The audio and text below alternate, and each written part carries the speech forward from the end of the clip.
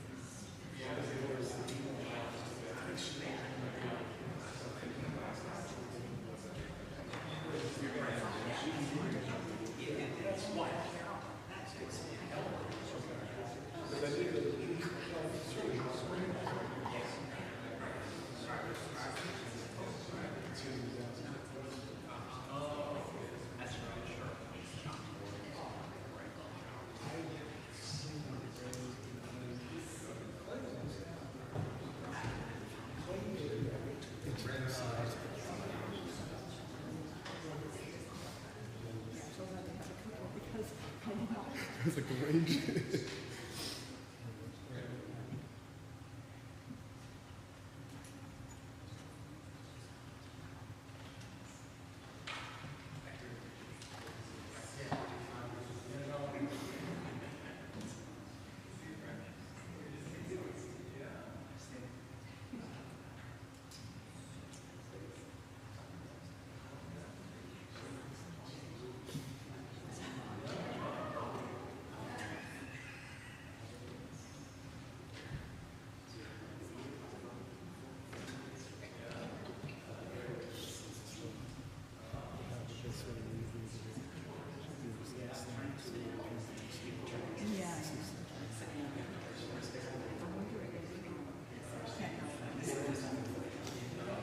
I just kept it on the browser.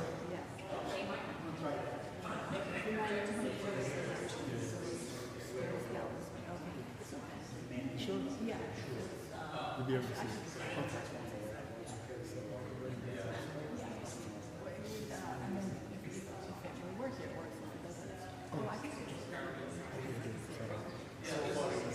Just take its time. So you can see it the side. I'll go ahead and introduce you.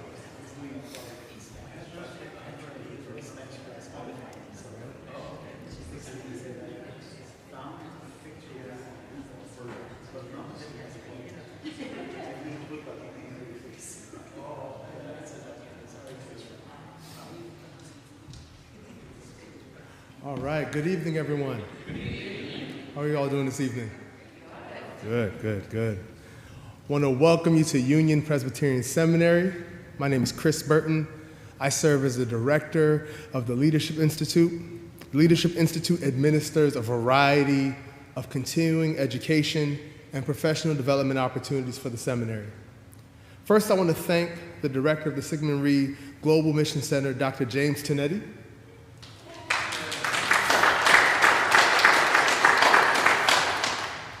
As well as the director of the Center for Social Justice and Reconciliation, Dr. Rodney Sadler.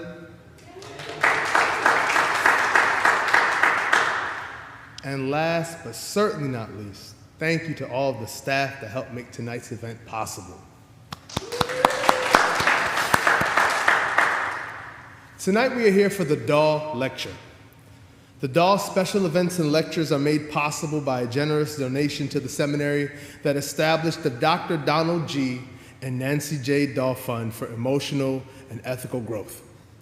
This lecture series, which is held annually at Union Presbyterian Seminary, pays tribute to Dr. and Mrs. Dawe and promotes ethical and religious understanding.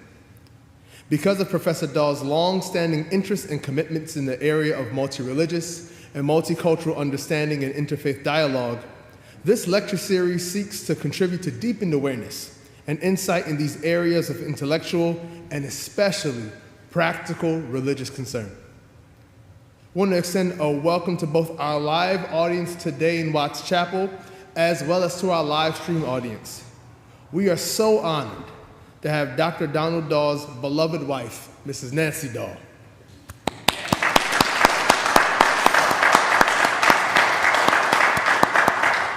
And we look forward to learning from our presenter tonight, Dr. Hadia Mubarak.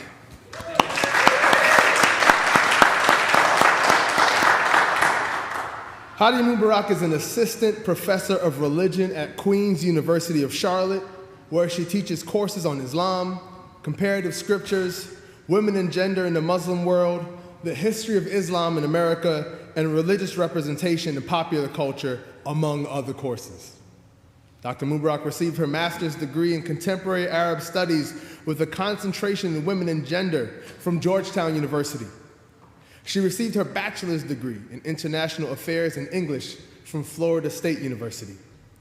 In 2004, Dr. Mubarak was the first woman to be elected president of the National Muslim Students Association. Yeah, clap it up for that. Dr. Mubarak completed her PhD in Islamic Studies from Georgetown University, where she specialized in modern and classical Quranic exegesis, Islamic feminism, and gender reform in the modern Muslim world. She currently serves as a scholar in residence with the Muslim Community Center of Charlotte, a board of advisors member with the Carlton Center for the Study of Islam, and a scholar with the Institute for Social Policy and Understanding. Her latest book, Rebellious Wives, Neglectful Husbands, Controversies in Modern Quranic Commentaries, explores significant shifts in modern Quranic commentaries on the subject of women against the backdrop of broader historical, intellectual, and political developments in 20th century North Africa.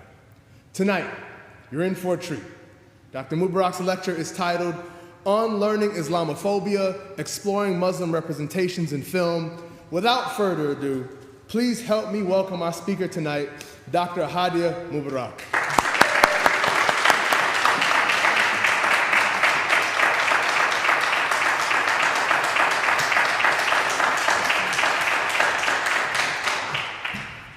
Good evening. I'm vertically challenged, I'd like to say, so I try to pull the mic close. It's an honor to be here. Thank you to Union Presbyterian Seminary for this invitation. My first time here. I know Dr. Reverend Rodney Sadler in Charlotte, and in fact, I initially thought I was going to the Charlotte branch until a few weeks before. So I ended my second class a little bit early. I'm sure students were happy about that, and to make it here. So I want to first talk about the impact of Islamophobia. Just a few months ago in November, we heard about 3 Palestinian students being shot in Burlington, Vermont during Thanksgiving for wearing the black and white checkered kufiya. And when I heard the news of that, I was triggered on a molecular level.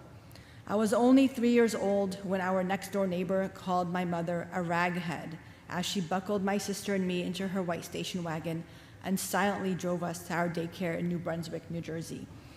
I was 12 years old when 2 teenagers fishing at a creek near my parents' house in Panama City, Florida, yelled out to me, "Do you F with that on your head?" in reference to my headscarf, which I had started wearing in public just around that time as a sign of my devotion to God. When I was a college student in 2002, it was a 41-year-old male, Charles Franklin, slammed his truck into the front entrance of our mosque, the Islamic Center of Tallahassee, just minutes after I had walked out of there. And he later confessed to police because he couldn't join the military. He wasn't qualified to join the military to fight Muslims in Afghanistan. He said he decided to fight Muslims here at home. And like anti-Black racism, anti-Muslim hate crimes are not just the manifestation of a series of isolated acts committed by individuals, as Islamophobia, like racism, is systemic. And in the case of Islamophobia, it is a process and dialectic that entrenches the presumption of Muslim guilt.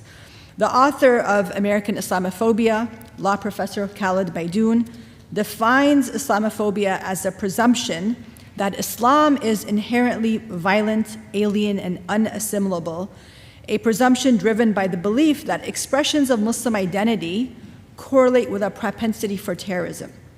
In other words, a central premise of Islamophobia is that Muslim religiosity, not just Islam, is inherently threatening, according to which the only good Muslim, the only safe Muslim, the only non-threatening Muslim is the one who does not practice his or her faith at all. And I'll discuss later why this premise is inherently racist and inaccurate, but it is the gas that fuels anti-Muslim racism in America. Baidoun also identifies 3 dimensions of Islamophobia. So what he calls private Islamophobia, these are acts committed by private actors. Oftentimes they target mosques, as in the case of 2002 with Charles Franklin driving his truck into the mosque. The second dimension is structural Islamophobia, which he defines as the fear and suspicion of Muslims by government actors, which can manifest in different ways, but by governmental policies such as surveillance programs of Muslim places of worship, which betrays the Islamophobic premise, again, that Muslim religiosity is inherently threatening to America's security. We know, you probably have heard of the famous NYPD case around 2002, where they had 28 neighborhoods of interest that they were surveilling, a lot of which were mosques, Muslim businesses, right? But the question, and then obviously they were sued and they lost, the NYPD lost that lawsuit, right? Because it actually wasted a lot of resources and it had failed to prevent a single act of terrorism in this country. In fact, the one incident that was prevented was, I don't remember the specific details, but it wasn't through this program, right? And so the fact that we want to spend, taxpayers' dollars on figuring out who's coming to the mosque, right? Who's praying, who takes their faith seriously, is problematic on so many levels, but as we know, it's unconstitutional, right? And that's why they lost that case. And ironically, as former FBI Director James Comey once stated, Muslim communities in America have actually been critical to countering terrorism in America. There are a lot of examples of that, of communities cooperating with law enforcement and actually providing critical information. But the third type of dimension of Islamophobia is what he calls dialectical Islamophobia. So dialectical Islamophobia is basically where structural Islamophobia, these governmental policies, the surveillance of Muslim communities, kind of justifies and endorses the private individual attitude or biases against Muslims. Like there's something suspicious there. We need to be on alert, right? Dalia Mugahid, who's a good friend of mine, compared it to the way you would treat a tumor, right? She said, we deal with Muslims in America as we deal with a tumor. Is it benign or is it malignant? If it's malignant, we remove it altogether. If it's benign, we just keep it under surveillance, right? But the question is, where do we learn racism? And we know that no human being is born hating anyone, right? No human being is born inherently afraid of a group of people because they look different, because they practice a different faith. Racism is learned. And so where do we learn racism? So Ibram Kendi, who wrote the book, How to Be an Anti-Racist, one of my favorite books, reminds us that racism is always systemic.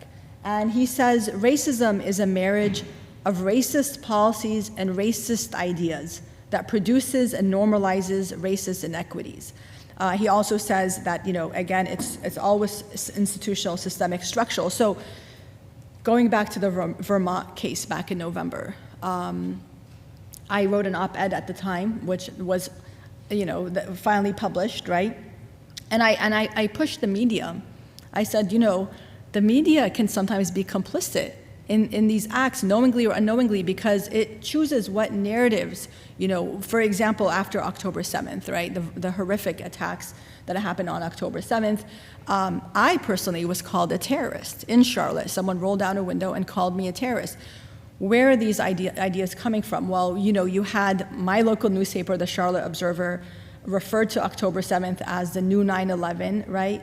And at the same time, not really giving space, like to be quite honest, not really giving space to other voices, to other narratives. And so when individuals act, we have to ask, what are they acting upon? It's not just an individual hatred or misinformation or misconception, but we have to look at the way these ideas are embedded in so many aspects of our society. And today, I really want to examine the way they're embedded in the genre of film. So this is one aspect, right, of Islamophobia, and I want to focus on certain ideas that I see playing out in films, right? And I'm going to talk about three in specific: the clash of civilizations theory, which was coined in 1993 by Professor Samuel Huntington. You see this playing out in films. The idea, again, of Orientalism, which goes further back, and then gendered Orientalism, which today we would call gendered Islamophobia.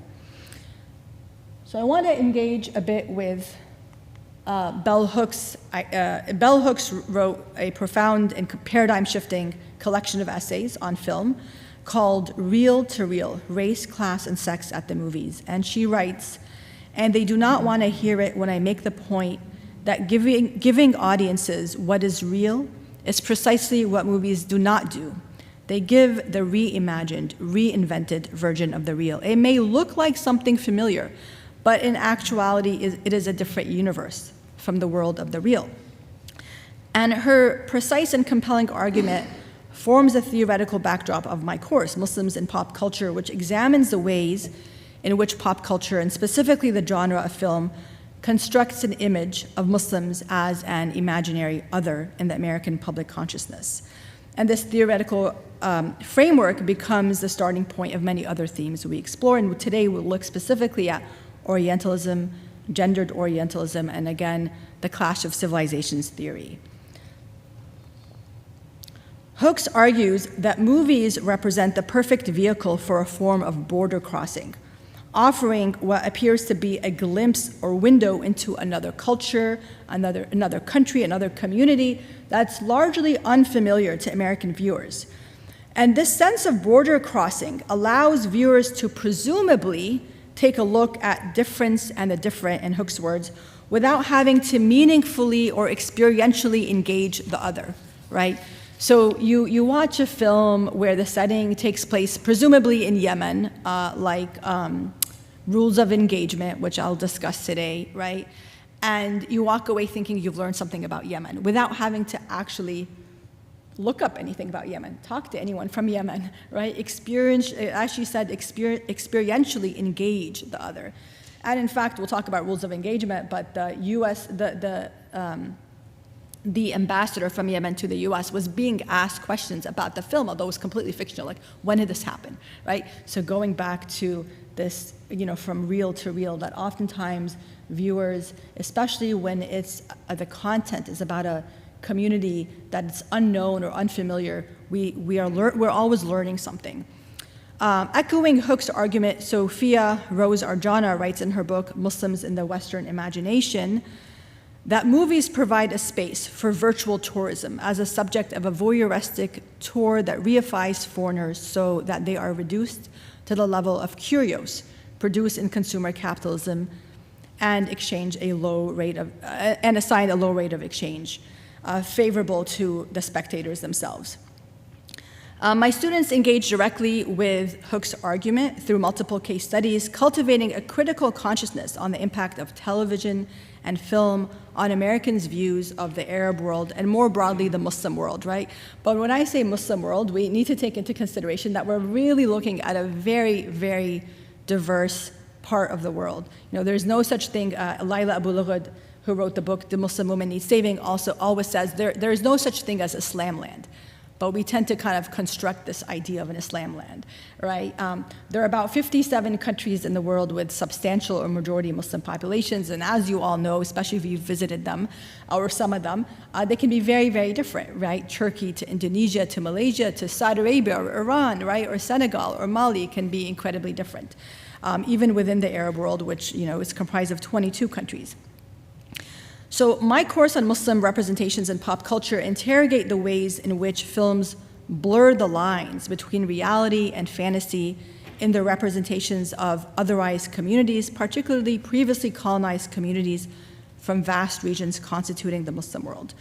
From binary representations of Arab women as downtrodden beasts of burden or sex slaves in harems, to representations of Arab men as rich, sleazy, and dangerous, the images of otherness that Americans consume on their screens have become the dominant lens through which we view the Arab world. Facts on the ground are interpreted through the lens of fantasy. As Hooks argues, whether we like it or not, cinema assumes a pedagogical role in the lives of many. It may not be the intent of a filmmaker to teach audiences anything, but that does not mean that lessons are not learned. And that is something, I try to remind my students that we're always learning something, right? Because even if we're the resisting spectator, if we were watching television or movies as if it was a work assignment, right? It wouldn't be entertainment. And so Bell Hooks' argument, her chapter is titled in that one, Movies Make Magic. And she talks about why movies make magic, because we as spectators allow ourselves to enter the world of that film. But at the same time, we need to be aware, especially when we're looking at decades of representations, right? Not just in Hollywood and pop culture in general, but also specifically, I'll be looking at certain films in Hollywood. So we need to acknowledge and grapple with the fact that we are constantly learning through film, even when we are unaware of this fact. Hooks argues, while audiences are clearly not passive and are able to pick and choose, it is simultaneously true that there are certain received messages that are rarely mediated by the will of the audience. She writes, a distinction must be made between the power of viewers to interpret a film in ways that make it palatable for the everyday world they live in, and the particular persuasive strategies films deploy to impress a particular vision on our psyches. And this is especially the case I find with Muslim representations in film, that they invert the real and that they shape audiences' views of this Islam land, a mythical construct that often anoints the Western call for intervention in this part of the world. So I want to first look at let's talk about Orientalism, and then the way, obviously, we're going to look at some older films play on Orientalist ideas. Khalid Baidoun and others talk about Orientalism as being the precursor to Islamophobia. So they see Islamophobia as not something new, but something that's been there. Really, we're looking at 17th, 18th century Europe and Orientalism. The study of the Orient, again, it was sort of this hodgepodge of cultures and civilizations, coincides with a growing power of Europe over many lands in that area, right? And so I employ Orientalism as a discourse about Islam and Muslims, but obviously we know Orientalism was an academic discipline, but it was more than just an academic discipline. It was also a colonial language, a system of classification, an artistic movement, and an attitude about the world. And as I mentioned, the study of the Orient, right, what at that time was called the Orient, was intricately connected to Western Europe's colonial ambitions in Africa, the Middle East, and parts of Asia. Zachary Lockman writes in his book, Contending Visions of the Middle East, the ways in which European scholars, writers, and artists analyzed, imagined, this is key word, especially for artists, imagined and depicted the Orient were often intertwined in complex ways with the reality of growing power over those people and lands. So early 20th century representation of Muslims in American films played on three presumptions that underlie Orientalist discourses. First, they reflected the Orientalist idea that Muslims are a civilization apart from the West, that they are inherently distinct in their mannerisms, their norms, and values. One of the books that I critique often, and I use in the book that I wrote that Chris mentioned, basically is it's called Modern Egypt. And forgive me if I lose my train of thought. I am fasting. It is Ramadan, so but it's almost. But we're getting close to the end of the fast. As I was saying, it's written. The book is written by Lord Cromer. He was a British He was basically the British consul for Egypt, I think for almost like 2 decades. And he writes a book, a 2-volume book called Modern Egypt. And it's really, I mean, it's almost entertaining at this point, you know, to read this book a few decades later.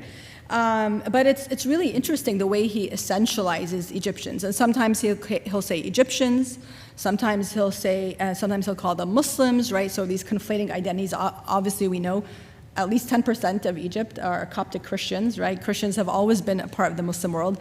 Arabs are not all Muslim, right? This is something that we forget. Some of the oldest Christian sects in the Arab world, right, are actually, some of the oldest sects in Christianity are in the Arab world, right? The birthplace of Jesus, peace be upon him. So the second notion is that we see in films, especially older ones, is the notion of environmental determinism. That those born or socialized in the Muslim world were bound to adopt certain characteristics and behaviors that are presumably intrinsic to that culture. We're going to see this in one of the films, as well as in another film which is more recent, more modern, 1990, specifically Not Without My Daughter. Some of you may have seen that one. Right, and so that you basically, to civilize a Muslim man, you basically have to take him out of his culture, right? Because this is, and the third idea that early 20th century films played on reified and monolithic representations of Muslims, as captured in the term Homo Islamicus, the Muslim man. So this was a concept that was key to Orientalist ideas. Maxime Rodinson had written that in the Middle Ages, you know, the Oriental man, even though he was characterized as a savage enemy, at least was considered on the same level as his European counterpart. But in the 19th century, he became something quite separate, sealed off in his own specificity, yet worthy of a kind of grudging admiration. And he says this is the origin of the Homo Islamicus, a notion widely accepted even today. Of course, he was writing a few centuries ago. So I want to look at the silent film The Sheikh from 1921. And obviously, these were very popular at the time because then they produced Son of Sheikh in 1927, She's a Sheikh, 1927. But the first one, it was based on a novel. And we look at the way this film in specific played on the fantasy of Americans about the exotic foreign Middle East, back again in that period of time, building off Orientalist stereotypes of the Muslim man as a species apart from the Western man. So this film featured Rudolph Valentino and Agnes Iris.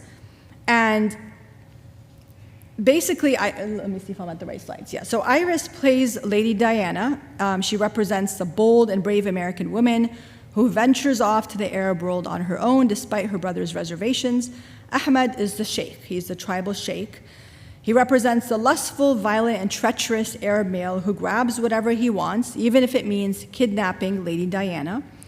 And this juxtaposition is reinforced throughout the film, with Diana resisting this Arab tribal leader's aggressive advances, while the sheikh continues to behave in threatening and menacing ways. And it takes the sheikh's French friend, a novelist named Dr. Raoul Saint-Hubert in the film, to shame him for kidnapping a white woman. Raoul says, "Does the past mean so little to you that you now steal white women and make love to them like a savage?" To which the sheikh responds, "When an Arab sees a woman that he wants, he takes her." Now, mind you, this is a silent film, so where do we get this? These are some of the very few captions, right, that we see in the film. So the film leaves no question in the mind of the viewers that the sheikh's violent and sleazy behavior is not specific to this Arab villain, but is representative of the culture itself. It reflects the Orientalist notion of environmental determinism, that men who grow up in misogynistic cultures will inevitably become misogynists. The only way to uproot misogyny, therefore, is to change the culture itself. And in fact, we see these ideas even manifesting politically earlier in the 20th century with, as I mentioned, Lord Cromer, basically saying, that we needed to liberate the Egyptian woman. Interestingly, he was anti-women's voting rights in his own country, but he kind of appropriated feminist discourse to, as basically to morally legitimate the colonial project, right? So there was this kind of colonial obsession on improving the plight of Muslim women in specific. Okay. So this point becomes even clearer when the viewer learns at the end of this film, the silent film, the 1921 film, that Sheikh Ahmed is not an Arab after all, but of European origin. And we only get to this point, right? The viewers discover the Sheikh's European origins only after he redeems himself by trying to save Lady Diana when she's kidnapped by yet another tribal sheikh who also tries to molest Diana. Ahmed swoops in to save her at the right time and falls unconscious in the process of defending her. And it's only at this point, once the sleazy and treacherous Arab character has gained some sympathy in the eyes of the viewers, that we discover his English origins. Diana comments, "His hands are so large for an Arab," at which point Dr. Raoul, his French friend, reveals that his parents were European, but they died when he was a child, so he grew up among the Arabs. And again, the point is that the aggressive, violent ways that he behaves are to be blamed on the culture itself. It reflects a selective process of blaming bad behavior on culture, in the words of the writer Lati Volpe. So the idea is he's behaving that way not because he himself is, is a villain, but because of the culture in which he grew up. And so this is really classic, some of the classic ideas we see in Orientalism. I want to move on to talk about gendered Orientalism. And this is one of the ways we also engage with films, and specifically Bell Hook's argument on the intersections of film and popular discourse. Laila Abu Lughad, she's an anthropologist, describes gendered Orientalism in this way: pictorial as well as literary. What is constant is that Muslim women are portrayed as culturally distinct, the mere opposites of Western women. These representations dating back to the 19th century took two forms, either representing Muslim women as downtrodden victims or as overly sexualized and exotic belly dancers or harem slaves. Evoking sympathy from Western audiences, these representations were often combined with a call to action, a call to save brown women from brown men. And gendered Orientalism reveals a fascination and obsession with the Muslim woman, which, as we mentioned, has historical roots that date back to colonialism. And it was much more common to portray Muslim women as terribly oppressed and subjugated, indeed as little more than slaves, constantly available for the erotic. And here I'm quoting, just so you know, I'm actually quoting Zachary Lockman here. Again, so he says that even the way Muslim women were portrayed was connected to European colonialism at this time. And he says it was much more common to portray Muslim women as terribly oppressed and subjugated, indeed as little more than slaves, constantly available for the erotic gratification of oversexed Muslim men. Just as Ottoman sultans and other Muslim rulers were said to tyrannize their subjects, so Muslim men were said to tyrannize their wives and daughters. Not surprisingly, the degraded status of Muslim women would later be cited as a justification for European intervention and colonial rule. Okay, this is the quote right here. And I'm sorry if my slides are a little bit off, but I'll give you a chance to read that right there. And so I want to move on, but one key presumption of these Orientalist representations of Muslim women is the tendency to view all incidents of oppression, of abuse, of violence as a cultural or religious problem. It betrays the notion that religion is the primary impetus for everything a Muslim does or everything a Muslim believes. We forget the fact that Muslims are humans, and as human beings, their behavior is shaped by a complex spectrum of factors like any other human being. It could be, psychological. It could be, we know obviously now from studies that, violence is learned. So it could be something within a specific family home, et cetera. It might be political, economic. And this is true to Islamophobic discourses as well today, is this tendency to want to apply a religious lens to explain every problem in the Muslim world, to basically place all problems on the doormat of Islam, when oftentimes the problem has actually nothing to do with Islam and might even be violating the teachings of Islam. But I want to move on to And for some reason, my timer, okay, 20. I just want to make sure we have time to. This is a famous, so this is from 1886. It's called The Sultan's Favorite by a Spanish artist. So just, I mean, even the name, right, of this portrait, again, kind of reveals a sort of gendered Orientalism. And Layla Ahmed argues in her book, Women and Gender in Islam, that the idea that other men in colonized societies oppressed their women was to render morally justifiable the project of colonizing their societies. So how does this manifest itself in films? There's one specific film I want to talk about here, which is Not Without My Daughter. And this is, we'll look later at also, this genre is not just in, I mean, these ideas are not just in the genre of film, but also in the genre of literature, right? It's been argued by many Muslim American writers that if you come with a story of some very sad story of a abused past, you're very likely to get a great contract with a great publisher. But a lot of these stories, even though they're great stories, right? And some of them obviously are fictional. Like I'm thinking about 1001 Splendid Suns, which maybe some of you have read, right? And it's a very predictable plot, the victim escapee narrative, they call it. You know, the Muslim woman who needs to escape her culture, her society, her patriarchal religion to experience freedom. And we see these in so many books over and over again. And when it comes to non-fictional work, we don't want to obviously trivialize real abuse and real violence that happens in the Muslim world and all over the world and happens in our own societies, right? But to understand the actual causes of these things, rather than of these acts of violence, rather than just again blaming culture, right? When oftentimes the books don't give us a sense that in that culture, the majority of the people there are as horrified as we are by these incidents of abuse. So I want to talk about Not Without My Daughter. This was produced in 1991. And it creates this shared experience for diverse audiences about the lived realities of Muslim women in Iran, right? So here I'm talking about an argument Bell Hooks makes, that films can provide a narrative for specific discourses of race, sex, and class, and in this case, culture and religion. But they also provide a shared experience, right? People walk away from a film, they talk about the film, they use allusions, reference points, and it becomes a common starting point, she argues, from which diverse audiences can dialogue about these charged issues. And so Not Without My Daughter obviously comes at a time when, just about a decade or so after the Iranian Revolution, the American hostage crisis. And it shares this story about Betty Mahmoudi, who, obviously it is based on a true story, but we'll talk about what that means, because obviously there's still a creative license for the filmmaker to imagine the story as he or she wants.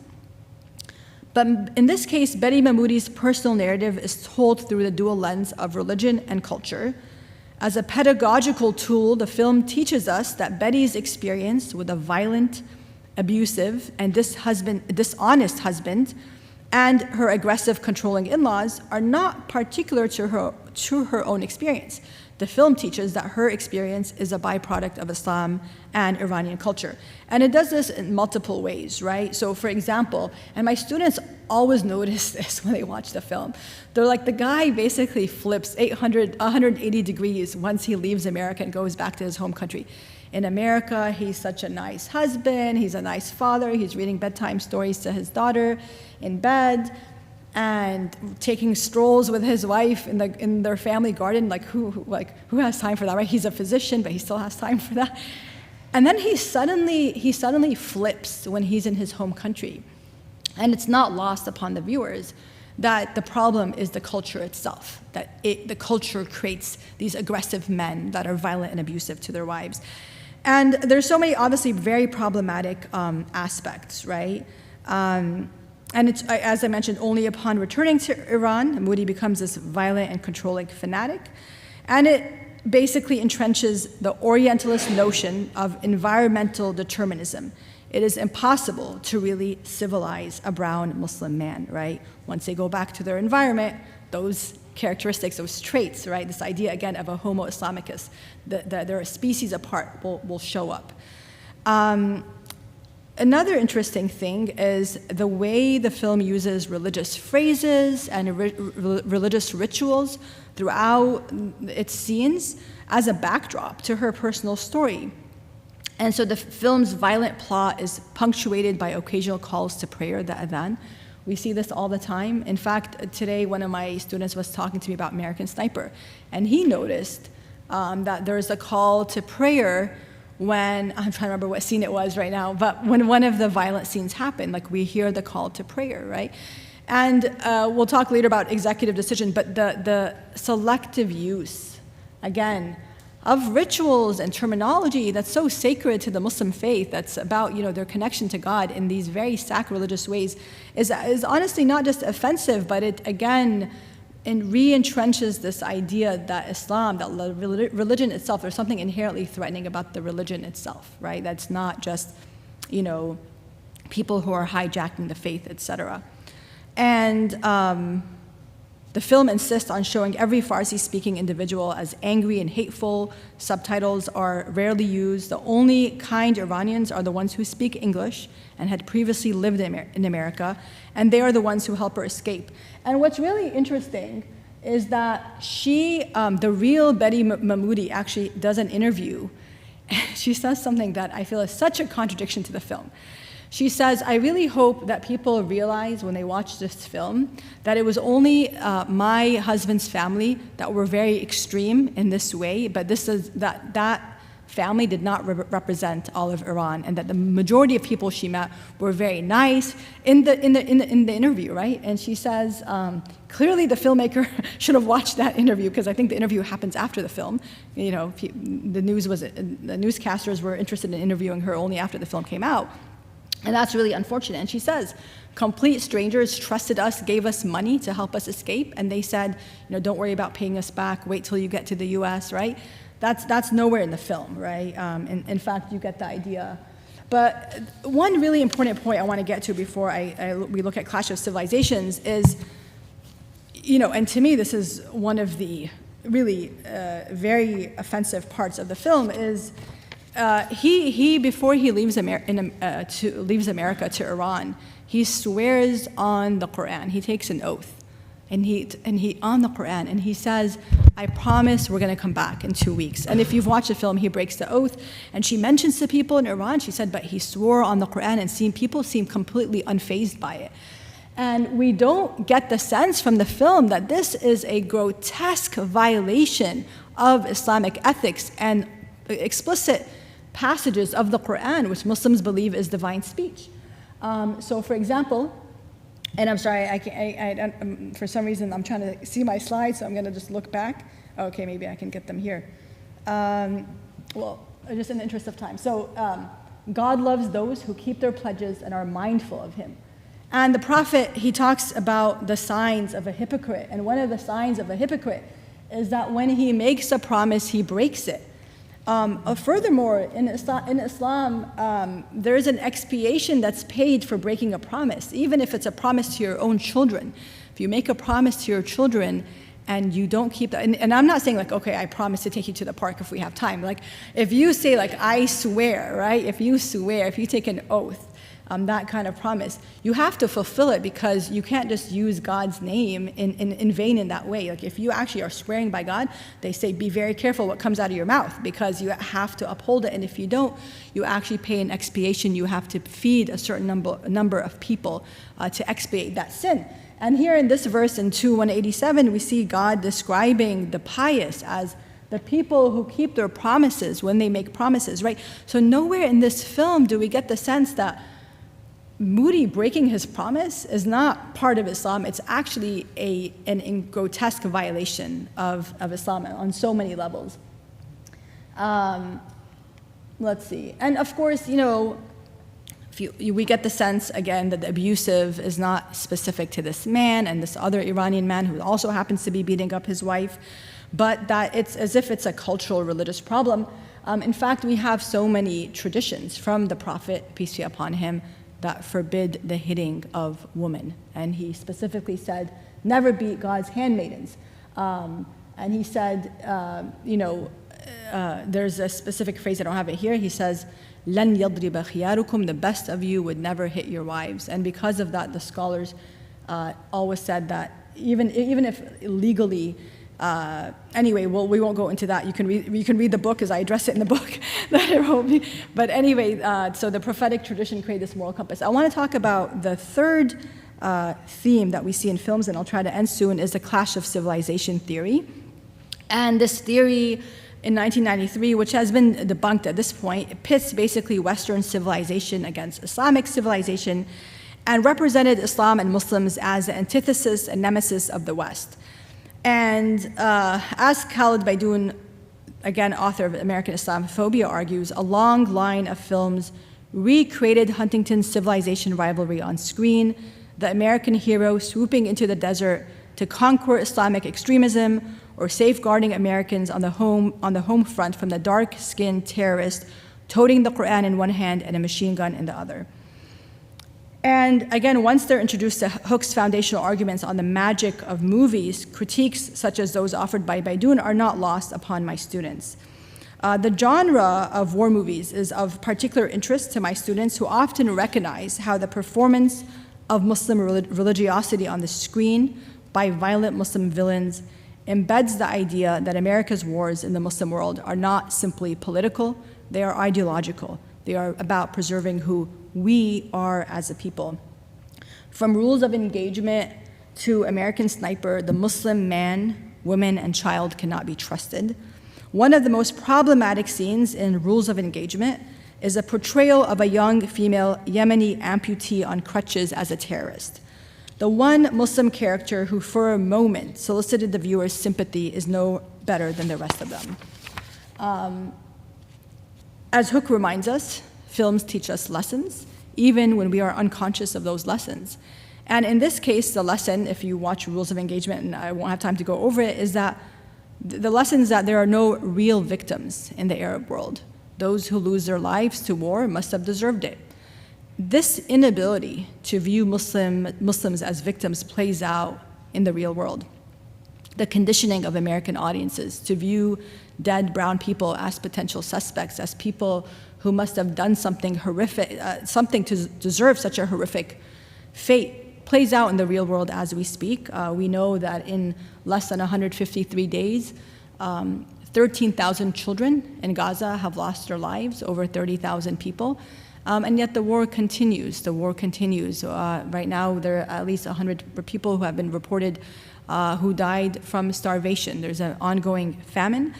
And, I'm going to hold on to hope, whatever shred of hope. But Evelyn El-Sultani reminds us, and it's the quote is right here, how violence is framed, including what parts of the story are intentionally left absent, is intimately connected to how sympathy is framed and who is deserving and undeserving of the audience's sympathies.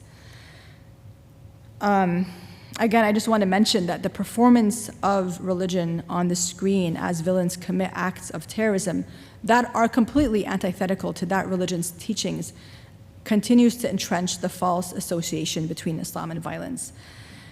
I will end with saying, as Hooke reminds us, movies make magic, because irrespective of how sophisticated our strategies of critique and intervention, we are usually seduced, at least for a time, by the images we see on the screen. They have power on us, and we have no power on them, she writes. Thank you so much.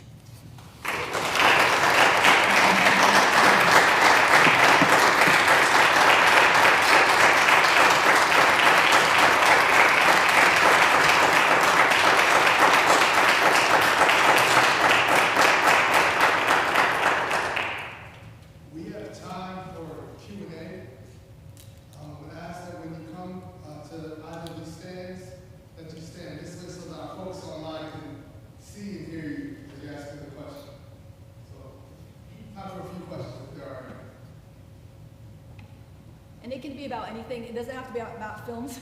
It can be about real events as well, or anything you'd like. And I'm going to take this moment to officially break my fast, because it's sunset now. So. least I believe it's sunset, right, Chris, based on the Yeah, it is. okay. It is. I was watching my Apple Watch tell me when the sun's going down. I was like 5, 4, 3, 2, are we good? But I'll start us off, Dr. Mubara.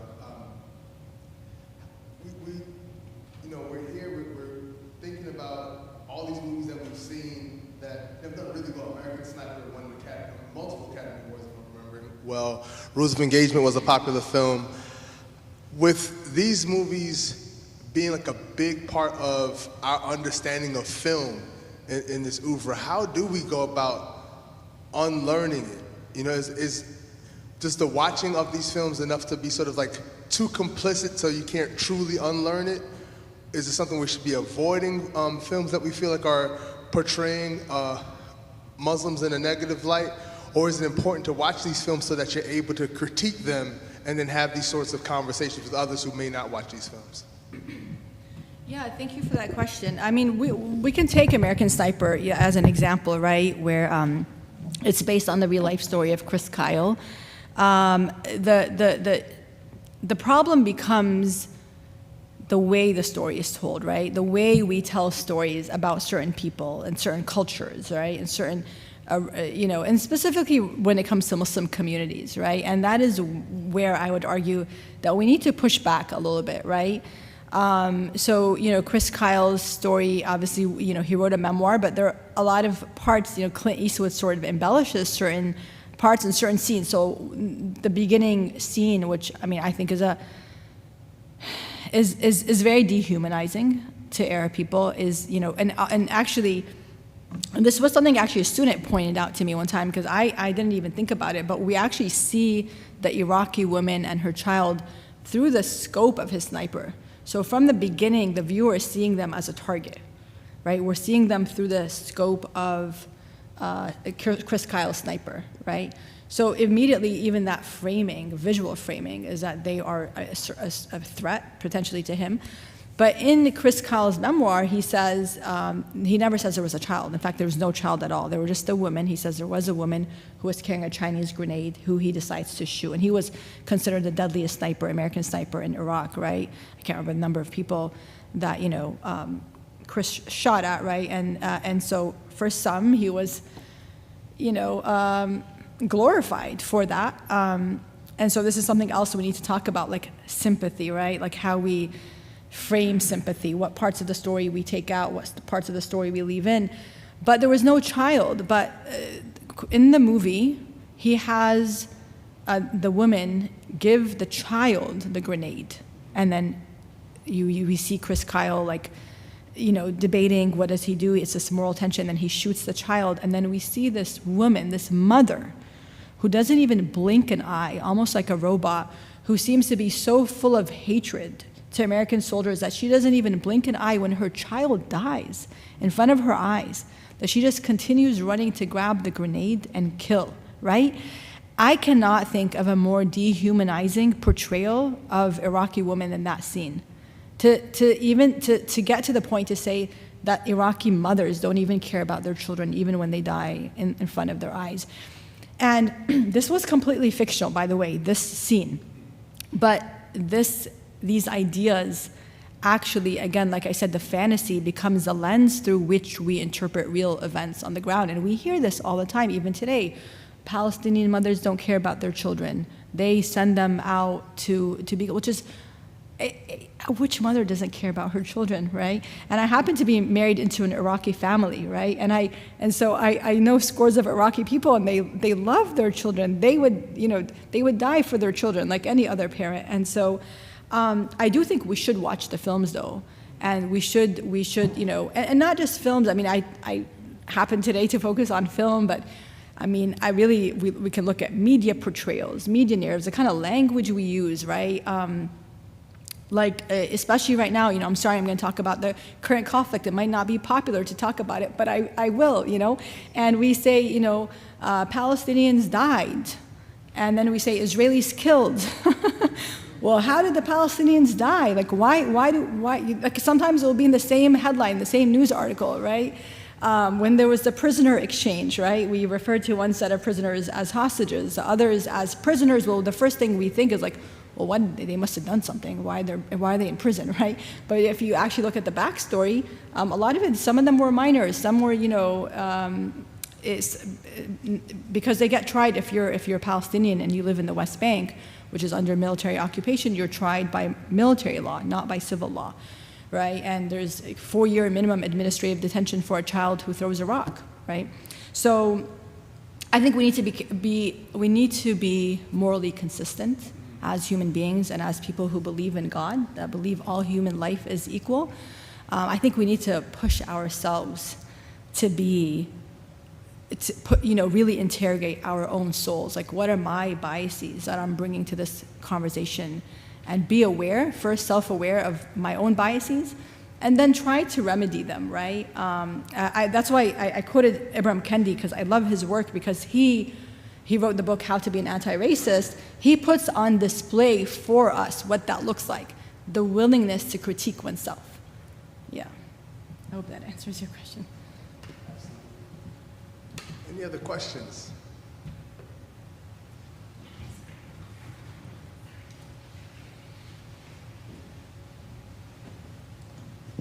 Thank you for all you've shared with us.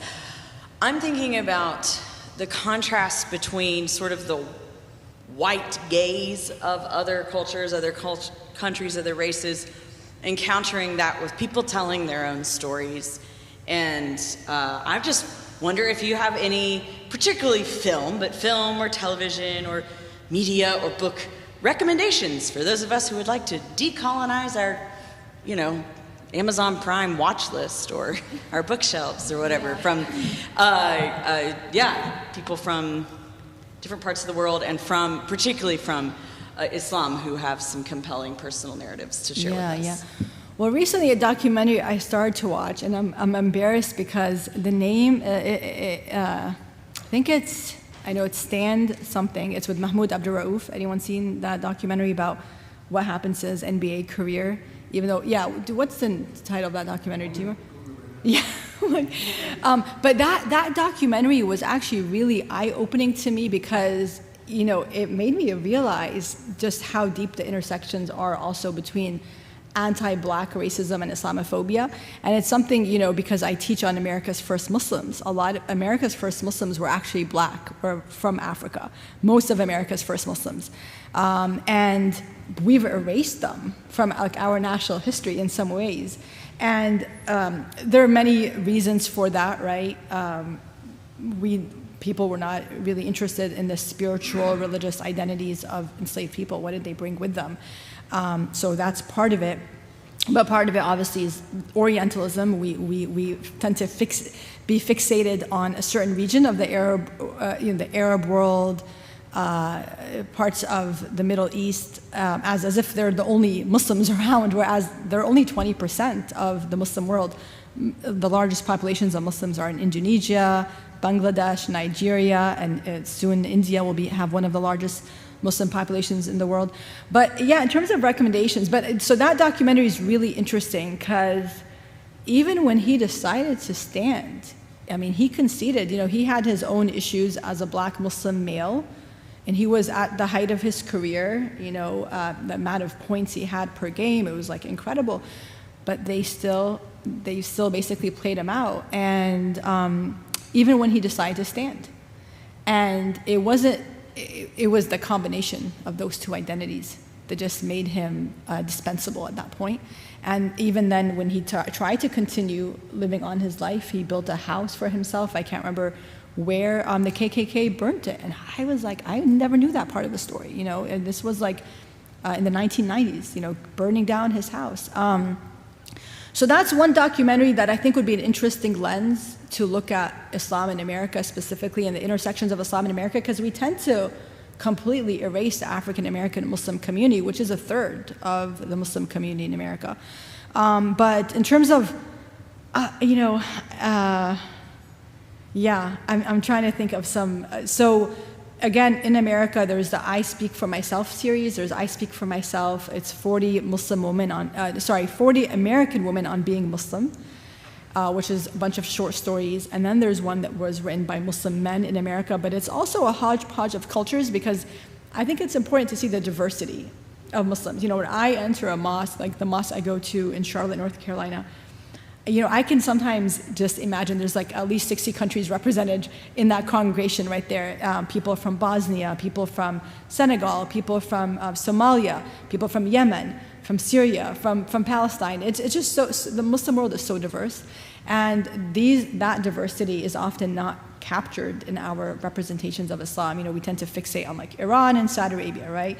And Saudi Arabia is an aberration in so many ways because, I mean, my parents are Arab, right? My parents immigrated from Jordan and Syria. And even for me, as an Arab American, as a Muslim woman, it feels very uncomfortable. I've been to Saudi Arabia several times. It's very different than the Levant or even North Africa if you've been there. It's a very different culture, but it's an aberration also, not just culturally, but in terms of its Islam, its orientation of Islam, you know.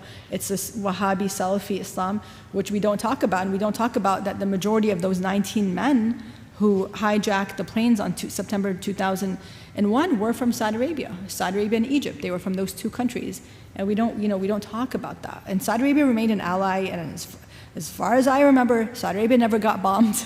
It was Iraq and Afghanistan, right? Although a lot of those men had come from Saudi Arabia. So these are questions we need to ask, right? And we need to kind of look beneath the surface.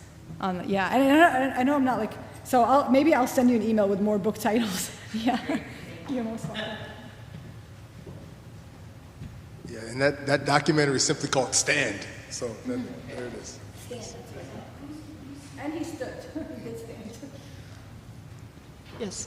I know that there are some of you who have a lot more experience with Islam than I do, but I've spent quite a bit of time over the last 8 years in Palestine, and primarily with Christians.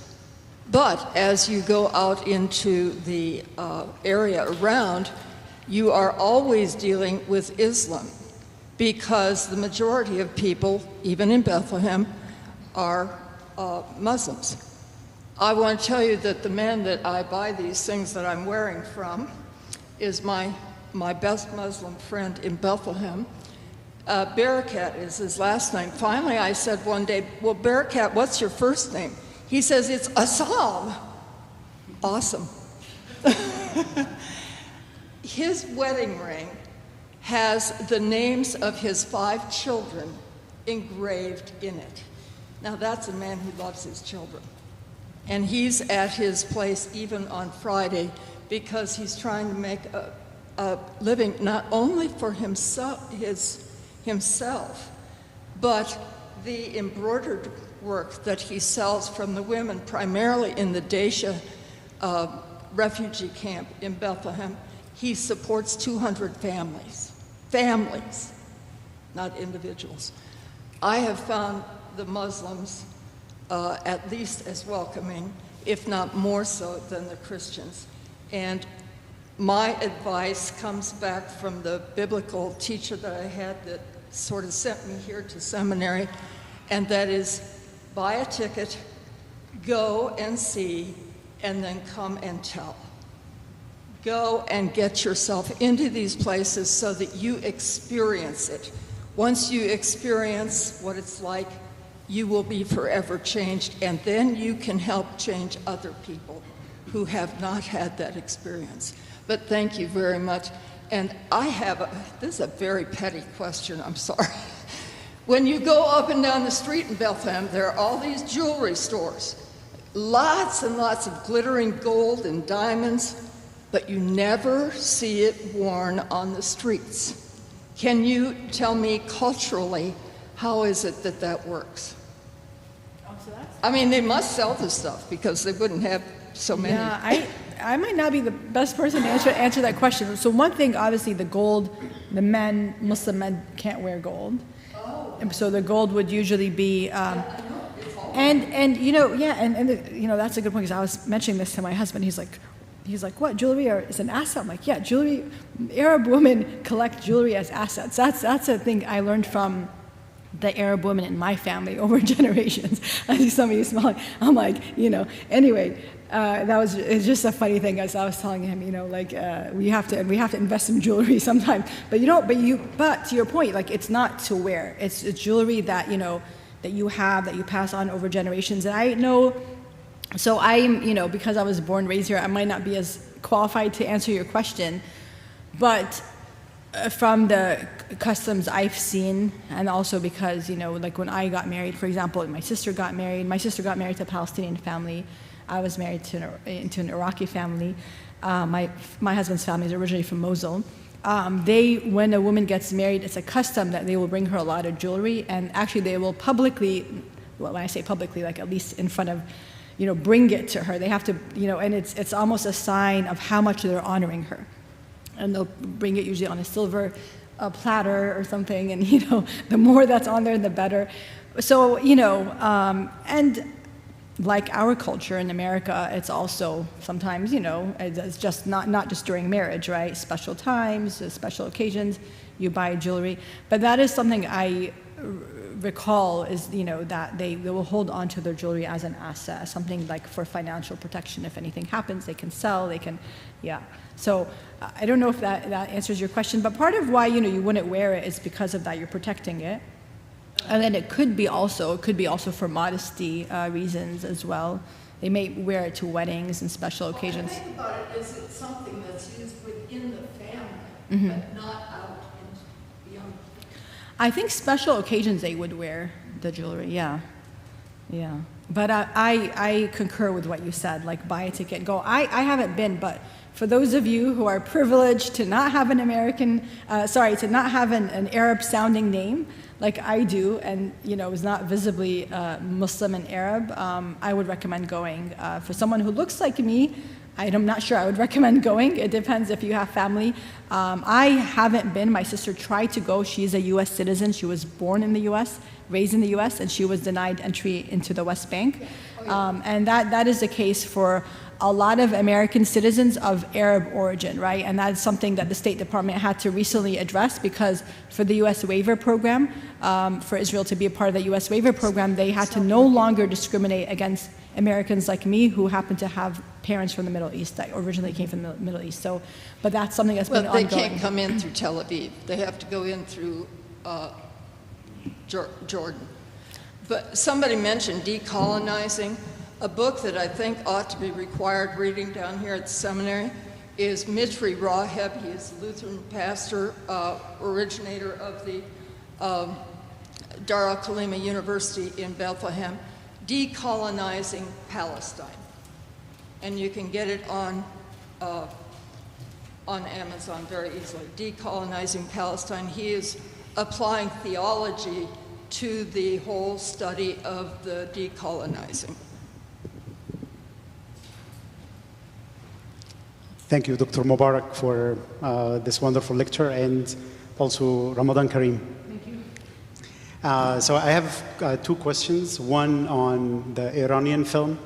I don't remember its name now, but I wonder if that the movie portrays this man as being capable of living in a particular way. I agree with you that in one way it does essentialize the culture, but I wonder if because that man is also capable of living in various ways, that is also a way through which, subversively, the film betrays its own author. That the person who's portrayed in a particular way is not essentialized.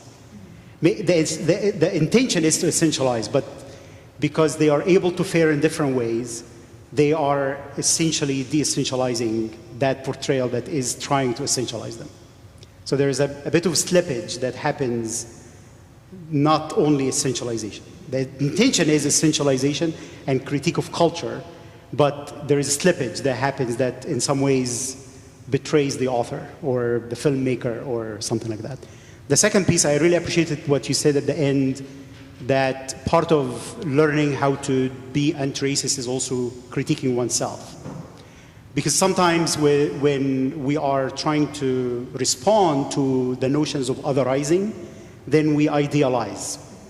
So what are we called to do as, so I'm an Egyptian, Christian Egyptian, grew up as a minority in a predominantly Muslim context.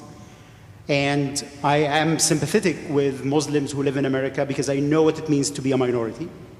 So how is the Muslim minority in America is speaking back to the diverse Muslim world about the minorities that live in the Muslim world, in a sense of that self-criticism of moving between places of power and powerlessness, and how that advocacy continues to bring more collaboration between people who come from different faiths to speak on behalf of the other as they experience marginalization and oppression. So, thank you. Yeah, really good questions, really good questions. So to the first one, not without my daughter, I know, I see your point. I feel like that would have worked if the film did it the other way around. So if he was in Iran first and he was this violent, abusive, dishonest husband that you couldn't trust, but then he comes to America, and although also that would have still been problem, but he becomes like, he shows a capacity to act different, because then we would say, okay, like he redeemed himself, he changed, maybe, right? But the change is in the opposite direction. And so, you get the sense, and then obviously in the film and showing the intimacy of this couple, there's a point of no return, right? Like there's a point where we see him like gradually becoming more and more violent once he returns to Iran. And so there's like a point of no return. Like he's not only completely lost her trust and completely betrayed her, but he's lost our trust as the viewers, right? Like we no longer trust this man. And so I see what you're saying, but I do think it still is essentializing him, because it's saying like, if you put them back in their culture, they're going to go back. They're going to revert, right? They're going to revert to whatever, these supposedly cultural traits, which again, I see some of you have traveled to the Arab world, and I just have to say these representations are so far from reality, I think about my own grandfather. I just got emotional recently because I was thinking about him, and I remember he was from Jordan, and I remember how much he cared about Palestine. He cared about Palestine so much. And so I think about him these days. And, he would write love poetry to my grandmother, and if he ever made her upset, he would, his apology would be in the form of a poem, and they collected all his poems after he passed away and published a book just for the family of all the love poems he wrote for her. And, and it just, what I've experienced and then what I see represented about the communities that I belong to in different ways is just so disconnected. And it's just so unfair, and at the same time, it's like, so then people see people who look like me, right? They look at me, and automatically in their minds, they're just seeing these images that they've seen, for so many decades, right? I realized, like, more recently as I started to research this stuff, that, like, I'm really, like, standing against the grain of, because, you kind of, when you're younger, you're naive, and you think, yeah, like, things are going to change, the stereotypes are going to change. And it's been 24 years since I graduated from high school, and those stereotypes about like hijab, like I was called terrorist in high school, my son gets called terrorist, was called terrorist, and his son, like why have things not changed, and the stereotypes about Muslim women or about hijab. But your second question about power, I think, is really important. And it reminds me of something one of my mentors said, and he was talking about these Islamic movements in the Middle East who want to gain political power. And he said the question they should be asking is, what are you going to do with that power? If you're seeking power, what are you going to do with it? That's the ethical question that a Muslim community should be asked, because we know that in a lot of cases, and even I've been thinking about it even in our own context of America, like, we are the world's power. We're the world's political power. And recently I started to ask myself, like, why does power matter? Like, we are number one, but what are we doing with our power? Are we using our power to shield countries from protecting them when they commit war crimes? Or are we using our power to raise the ideals, right? The ideals that our country stands for, right? Of freedom for everybody and justice. Are we using our power in that way? Because you can use your power in both ways. So I would like to think that because Muslims in America are a minority, that they are obviously, but we don't really, and I want to say this, we don't really have influence on the Muslim world. right? We really don't. Like, this is my home. Even though, however I'm treated, doesn't matter. Like, whatever I'm called, I am American. And I think the more I travel to Jordan and Syria and parts of the Arab world, the more I realize that I am American, because, you know, you're socialized by your where you grow up. And so, but I do think that in a lot of Americans, the minds of a lot of Americans, there's this perception that we somehow have control over what happens over there. And I still remember, so this is a true story. Back in 2015 or 2016, I have a friend, her name is Rose Hamid, you may have heard of her, and she's a political activist, and she convinced me to come with her to a Trump rally.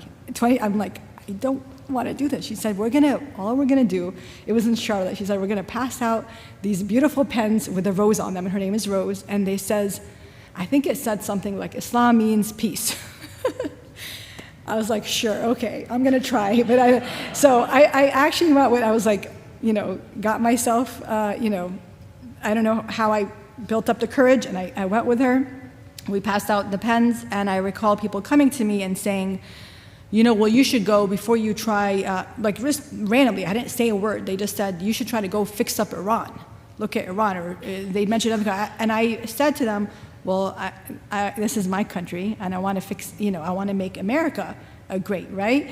And they just stopped. I still remember this one older couple looked at me, and they're like, one of them said, you know, I'm really glad you said that. Like, I like that you said you're American and you care about America. I'm like, look, it's the truth.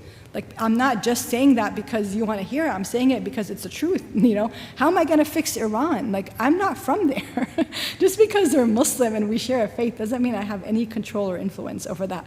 Okay, so I hope, you know, but I do hear your point. I'm not sure if it's about control. I'm not expecting the Muslim community here to have control over Saudi Arabia or Iran. But there is a sense of advocacy. I mean, we talked about Palestine, right? Mm-hmm. So if we talk about Palestine, then why wouldn't we talk about minoritized religious communities in Egypt, for example, or in Iraq, where it is a disappearing community, right? So in a sense, it's not about the use of power. I'm an American too, but it's about this advocacy, this sympathy that develops because of being now connected. We're in a transnational reality.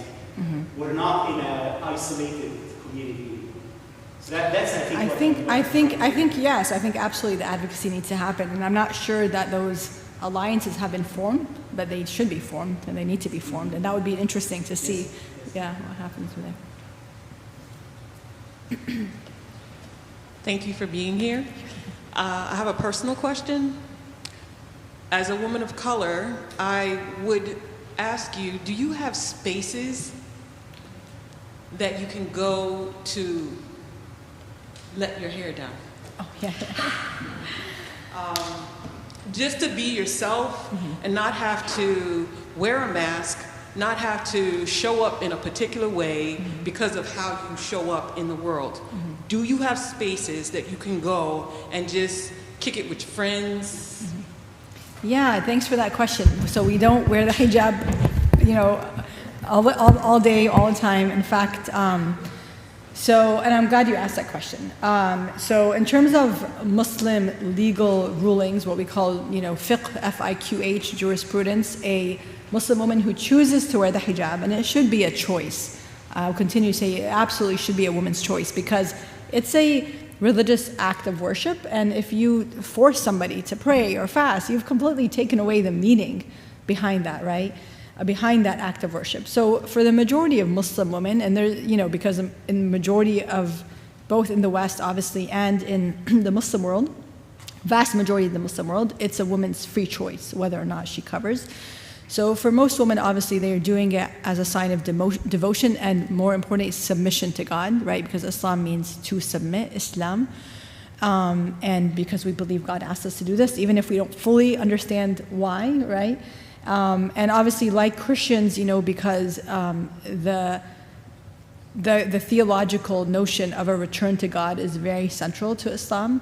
The idea that, you know, we're here on this earth as a test, that God is testing us, to see how we're going to behave, to see if we're going to put him first, put him in the center of our lives or not. And that way, Christians and Muslims overlap a lot, right, with this kind of the hope for the hereafter and the afterlife. But, and that is what I would say, pushes a lot of women to wear the hijab, because deeds in Islam matter. Practice matters as much as faith. And of course, though, we do believe that at the end of the day, no one enters heaven except by God's mercy, not by our deeds. It's not our deeds that gets us into heaven, it's God's mercy, right? It's God's love and mercy. But to answer your question, so Muslim women only wear hijab in front of men who are not their relatives. So they don't have to wear hijab in front of women or any women, or in front of their male relatives, husband, father, nephews, uncles, granduncles, grandparents, father-in-law, all of that, right? So when I go to Jordan, for example, I remember my grandparents, they had a 4-floor villa, and all these people would come and they'd say, don't wear hijab, this person is a relative, even though I didn't even know them, right? It'd be like a great uncle or people I didn't even know about, right? But I didn't have to wear hijab in front of them because of that blood tie. Anyone you cannot marry, but in the Muslim world, there's a lot of spaces for Muslim women, the female spaces. Lebanon, I remember going to a female beach in Beirut, obviously female gyms, I remember my grandmother who grew up in Aleppo, my dad's side's from Syria, she grew up in Aleppo. She said, the schools were, she was a principal of a school, but it happened to be an all-female school. So she said we all took off our hijabs as soon as we got to work. We just wore the hijab from the house to work and then back, but at work we had our hijabs off, But here in America, I would say we don't have a lot of spaces. I mean, if I go to the gym, obviously even with the gyms right now, I used to back in the day, if there was a women's gym or a women's yoga class, I would go and I, of course, would take off my hijab. Our society is evolving to a point that, yes, is becoming more inclusive of some people, but also because we don't understand Islam very well, can sometimes then exclude, Muslim women, because, I think about a gym I used to go to, but they have a spa that's for women only, but then I have to think about, other issues, like if other people walk in, are they female, etc., these kind of questions. So it becomes a little bit complicated, But if I'm in the privacy of my home or around friends, of course I take off my hijab. And just recently we had a get-together with a bunch of my friends, and we all take off our hijabs. We try to find opportunities to not just obviously get together, but also to dress up and enjoy life, I guess. Yeah.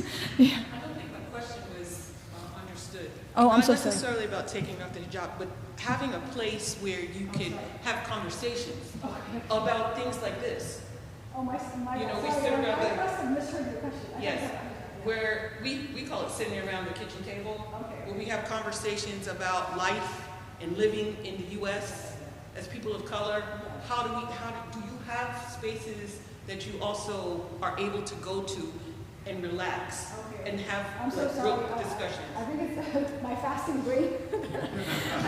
I misunderstood your question. There are those circles, right? Not enough, but you find people who you can have those conversations with. I mean, I do sort of sometimes crave kind of a circle of other intellectuals who we can kind of have, diverse intellectuals, right? But I will say I do find support among colleagues, among people who I feel like they get it because they know, they read, and I feel like it doesn't matter like your race or your positionality. If you're somebody who is cultured, right, like you're reading, you're understanding, you're having those conversations, you can get it, and it can, for me at least, my experience has been that it can be very powerful when someone just acknowledges like what you're going through. It can be very powerful. So, and that means a lot to me. Yeah. I want to thank you all for these robust questions. And thank you all so much for being here and for being online. And once again, could you please give another round of applause for Dr. Hadia Mubarak?